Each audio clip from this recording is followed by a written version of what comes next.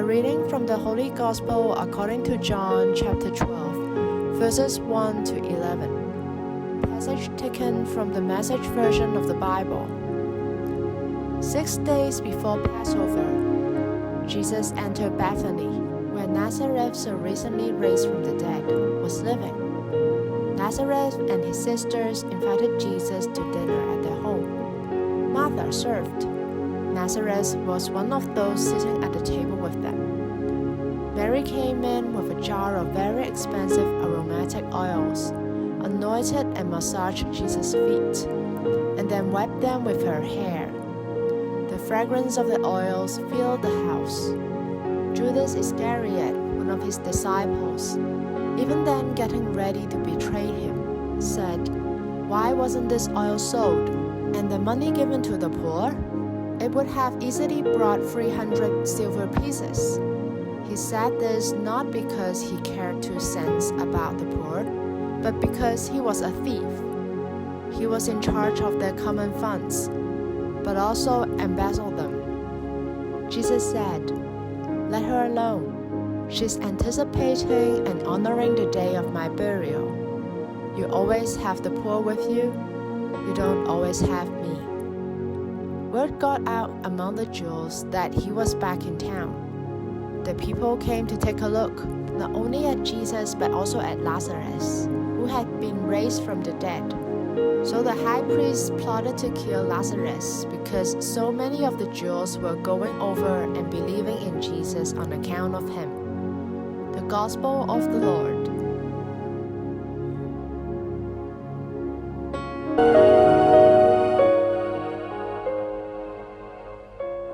Reflections on the Gospel according to John chapter 12 verses 1 to 11. It is the first day of the Holy Week, in which we are going to celebrate the mystery of the death and resurrection of Jesus. As it is a mystery, let us not try to explain it. Let us join this family of Lazarus and his 2 sisters, Martha and Mary, a family that Jesus loved.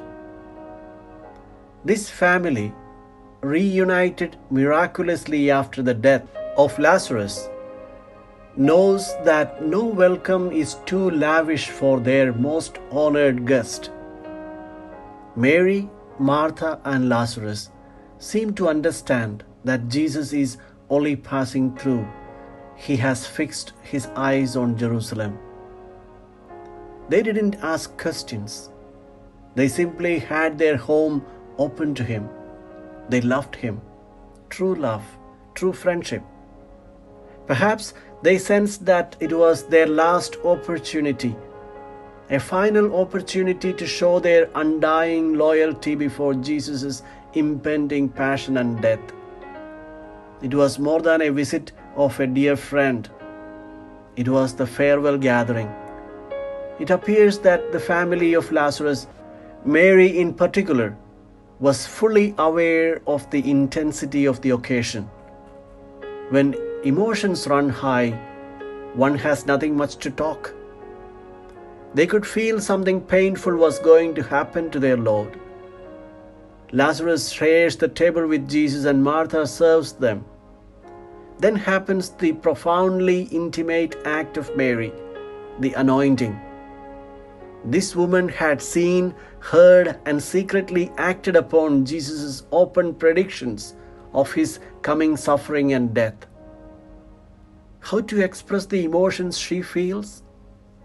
With gestures that her affection, heart, feminine sensitivity suggest.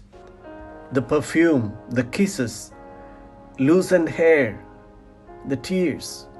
Gestures that rattle and scandalize those present, because she loved him much. On the other hand, the disciple who was handpicked by Jesus and had accompanied him during the years of his preaching and healing ministry could not read anything more than the calculations of income and expenses. 300 silver coins was what he calculated for this jar of perfume. In a few days from now, we would find him fixing an amount for his master. It was just 30 silver coins. His master, whom he followed for 3 years, was 10 times less worth than a jar of perfume. Does it ring familiar? Do we come across people in our church communities who are vociferous for their concern for the poor and find faults with everything that happens in the church? Option for the poor is indeed an important commitment of the church, but it shall not be at the expense of one's love for the Lord. When we give to the Lord, it is either everything or nothing.